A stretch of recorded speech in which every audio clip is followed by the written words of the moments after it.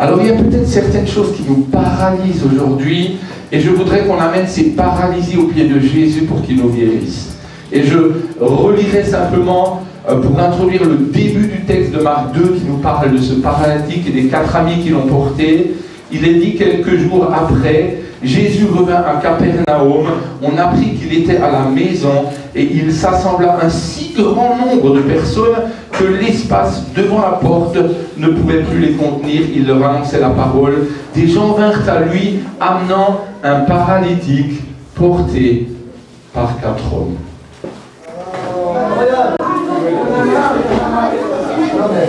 C'est quand il est tellement loin. Voilà, pardon, excusez-nous. Poussez-vous, il est lourd. Poussez-vous, il est lourd. Ça fait tellement d'années qu'il ne marche pas, lui. Il a pris du poids. Toujours porter là.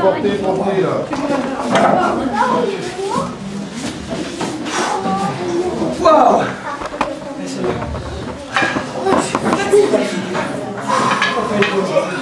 Ouais, on s'arrête un peu. Trop lourd. Non, moi je suis Hyper chaud. C'est encore loin. Là,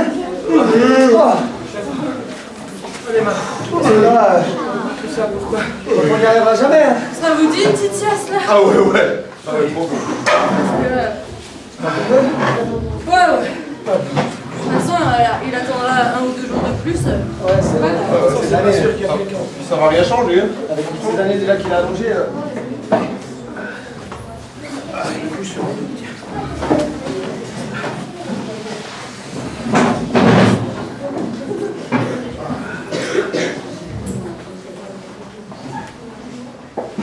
Ces 4 amis qui ont porté le paralytique ont douté, ils ont eu peur, ils étaient égoïstes et faibles. Ils ne sont pas arrivés bien loin avec leur paralysé.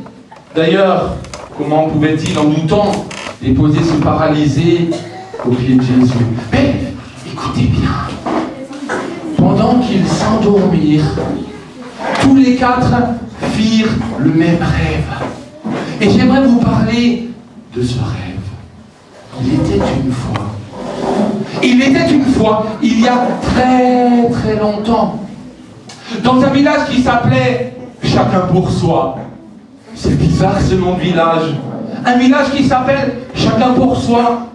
En fait, dans ce village, les habitants ne pensaient qu'à eux-mêmes. Ils étaient égoïstes. Chacun s'occupait de lui-même. Personne ne prenait soin des autres. Alors, bien sûr, cela en est des doutes.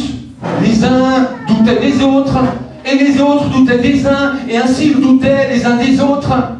Et puis, cela en est des peurs. Quand quelqu'un voulait servir quelqu'un d'autre, ils avaient peur qu'en échange, il lui demande quelque chose. Alors, dans la ville de Chacun pour soi, personne n'était heureux. Mais un jour, vint un prince. Ce prince était un prince tellement gentil. Lui, il se préoccupait de tout le monde.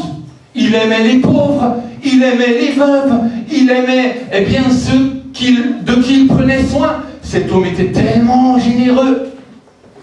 Et alors, les habitants de ce village, voyant que le prince était généreux, commençant à être avec lui, à le côtoyer, devinrent eux aussi généreux. Et de chacun pour soi, ils ont commencé à s'occuper des autres, à prendre soin des autres, à aimer les autres, à aider les autres. Et ainsi, pendant plusieurs temps, les habitants de ce village furent tellement heureux. Un jour, malheureusement, ils commencèrent à pleurer. Ils pleuraient parce que le prince, tellement gentil, venait de mourir. Il était mort, ce prince qui était tellement généreux. Alors les habitants, ne voulant pas oublier ce prince, firent une statue en or. Et chaque fois qu'ils vit cette statue en or, ils se rappelaient la générosité de ce prince. Et les années passèrent. Et alors tous ceux qui avaient connu le prince moururent et eurent d'autres enfants ensuite, qui grandirent et ne connaissaient pas le prince. Et la ville a commencé à nouveau à devenir chacun pour soi. Chacun pour soi. Oh, bien sûr, la statue en or était encore là, mais quand il regardait cette statue, il ne comprit rien. Alors vint un oiseau bleu, un petit oiseau. Cet oiseau connaissait l'histoire de ce prince. Il aimait, lorsque le prince était encore vivant, à s'envoler dans la contrée pour regarder ce prince faire tant de bien, lui qui était tellement généreux. L'oiseau vint auprès de la statue, et d'un coup, alors qu'il volait auprès de la statue, voilà qu'il vit la statue verser des larmes. Mais comment une statue peut-elle verser des larmes? Alors le petit oiseau commence à discuter avec la statue qui représentait le prince et lui dit: mais pourquoi pleures-tu? Pourquoi y a-t-il des larmes qui coulent? Et le prince regarde le petit oiseau et lui dit: mais regarde là-bas, regarde dans la maison, vole jusque là-bas, va voir ce qui s'y passe. Alors l'oiseau vole jusqu'à la maison, s'arrête à la fenêtre, et voilà une famille pauvre, une famille qui n'avait plus de quoi nourrir ses enfants. L'oiseau, voyant cela, s'envole à nouveau vers la statue représentant le prince et lui dit: prince, j'ai vu pourquoi tu pleurais, mais que peut-on faire? Alors la statue lui dit: décroche un de mes boutons d'or et va leur amener ce bouton afin qu'ils puissent se nourrir. Aussitôt dit, aussitôt fait. Voilà que l'oiseau alla auprès de cette famille pour amener le bouton d'or. Mais le prince continua à pleurer, et il pleurait, et il pleurait encore. Mais pourquoi pleures-tu encore? Lui dit le petit oiseau. Mais vois-tu là-bas dans la roue? Oui. Vois-tu cette pauvre femme qui n'a plus d'argent, pas de quoi payer son loyer? Elle mendie pour essayer d'obtenir quelques pièces. Donne-lui mon deuxième bouton d'or, afin qu'elle puisse payer ses dettes, son loyer et vivre en paix. Aussitôt dit, aussitôt fait. Voilà que le petit oiseau alla emmener le bouton d'or. Et puis le petit oiseau revint vers la statue, et la statue encore pleurait. Pourquoi pleures-tu, dit-elle? Bien, regarde au loin, regarde, ne vois-tu pas cet enfant? Il est dévêtu, il a froid, il est pauvre, il vit dans un bidonville, dans un lieu où se trouvent des poubelles, où il doit fouiller sa nourriture. Oui, dit le petit oiseau, mais que puis-je faire? La statue lui dit: mais donne-lui mon manteau, afin qu'il puisse s'habiller et vendre un morceau de cette étoffe pour vivre heureux le restant de ses jours. Mais si tu prends ton manteau, tu vas avoir froid. Qu'importe, ce qui est important, c'est que ce garçon ait de quoi se vêtir. Aussitôt dit, aussitôt fait. Voilà que l'oiseau amena le manteau à ce petit garçon. Et puis l'oiseau revint auprès de la statue et lui dit: mais tu pleures encore? La statue lui dit: oui, je pleure, je vois encore tellement de misère. Ne vois-tu pas, là-bas au loin, cette femme avec son enfant malade? Elle doit coudre des étoffes, du tissu, le vendre afin de payer des médicaments pour son enfant qui a la lèpre. Et déjà la lèpre avait commencé à l'atteindre, à le ronger. Mais si nous ne l'aidons pas, très vite ce petit garçon va mourir. Alors s'il te plaît, amène-lui un des diamants à la place de mon œil. Donne-le à sa maman, afin qu'elle puisse soigner et guérir cet enfant. Aussitôt dit, aussitôt fait. L'oiseau vint, il donna le diamant à l'enfant, à la maman, qui put trouver les bons médicaments et le guérir. Alors l'oiseau, heureux de ce qui avait été fait, revint vers la statue. Mais, je vois encore tant de larmes qui coulent. Et la statue lui dit: mais oui, ne vois-tu pas au loin ce vieil homme? Il a l'air tellement malheureux, si pauvre. Il faudrait que tu l'aides. Mais comment? Arrache mon deuxième œil, l'œil de diamant et donne-le à cet homme. Mais si je t'arrache l'œil, tu ne verras plus. Qu'importe. Je ne vois pas avec mes yeux, je vois avec mon cœur. Alors, l'oiseau prend l'œil de diamant, va vers ce vieil homme et dépose le diamant à ses pieds. Puis l'oiseau revint vers cet homme. Et l'histoire nous dit ceci. C'est que les habitants de la ville, égoïstes, voulant récupérer l'or de la statue pour eux, ont commencé à casser la statue. Et quand ils ont cassé la statue, à l'intérieur d'elle, ils ont découvert un cœur qui battait encore. Cette statue, représentant la générosité du prince, avait tout donné pour ceux qui étaient pauvres et malheureux.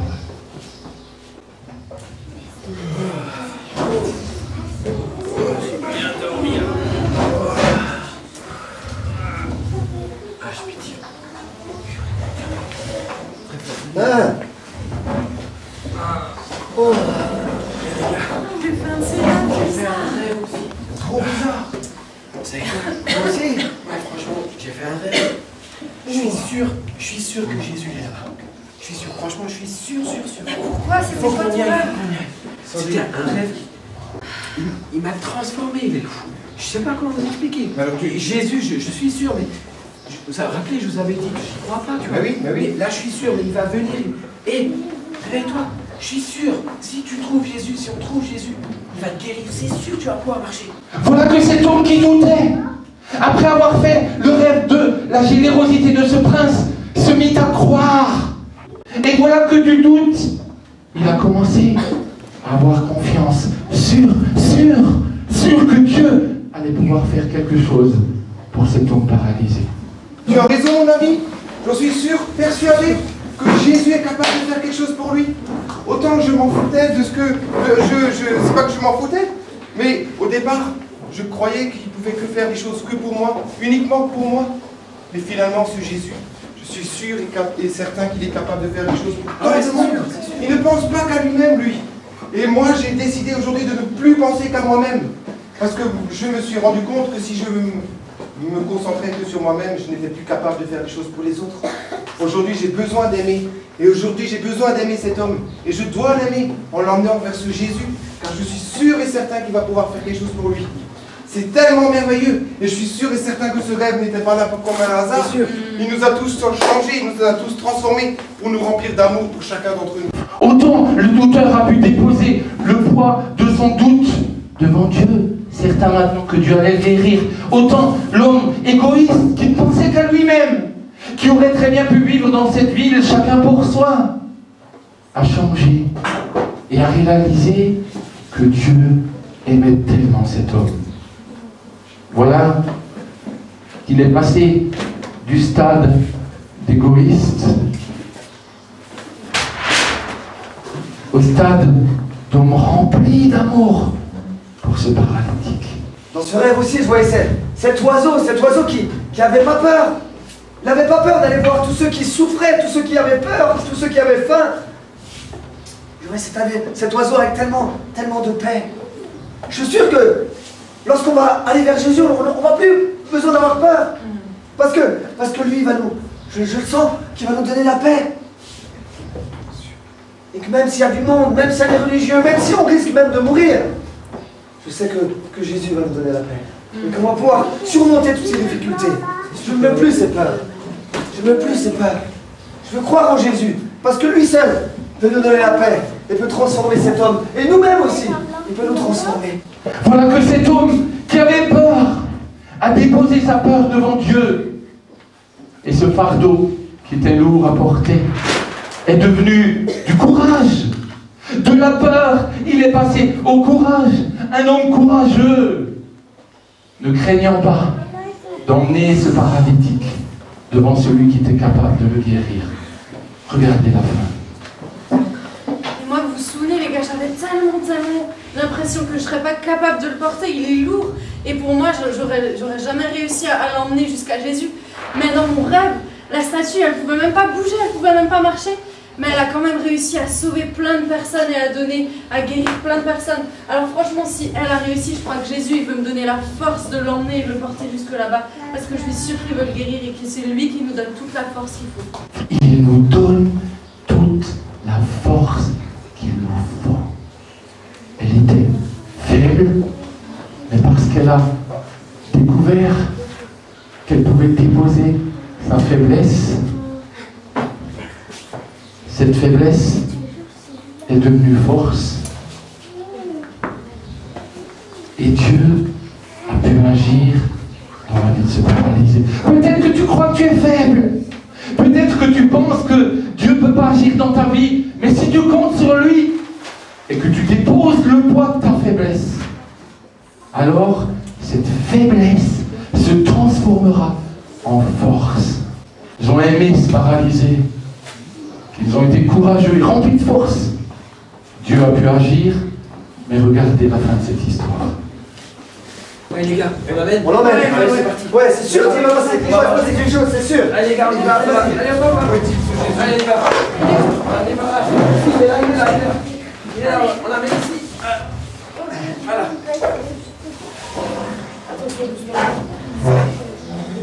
Ça y est, on va toucher Jésus.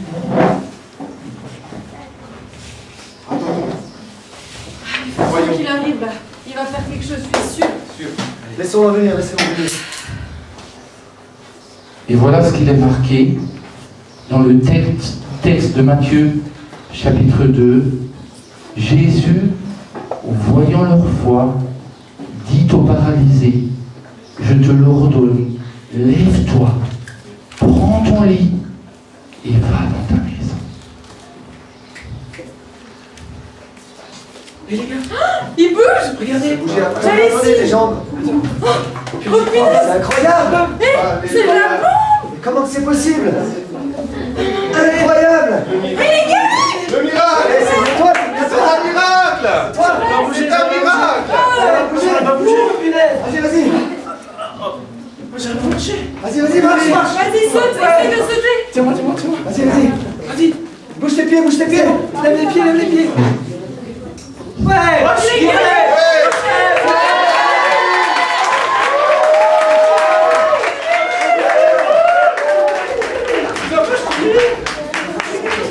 Je suis guéri, les enfants. Super. C'est incroyable. Incroyable. Je suis guéri. Il est trop fort, Jésus! Il a guéri!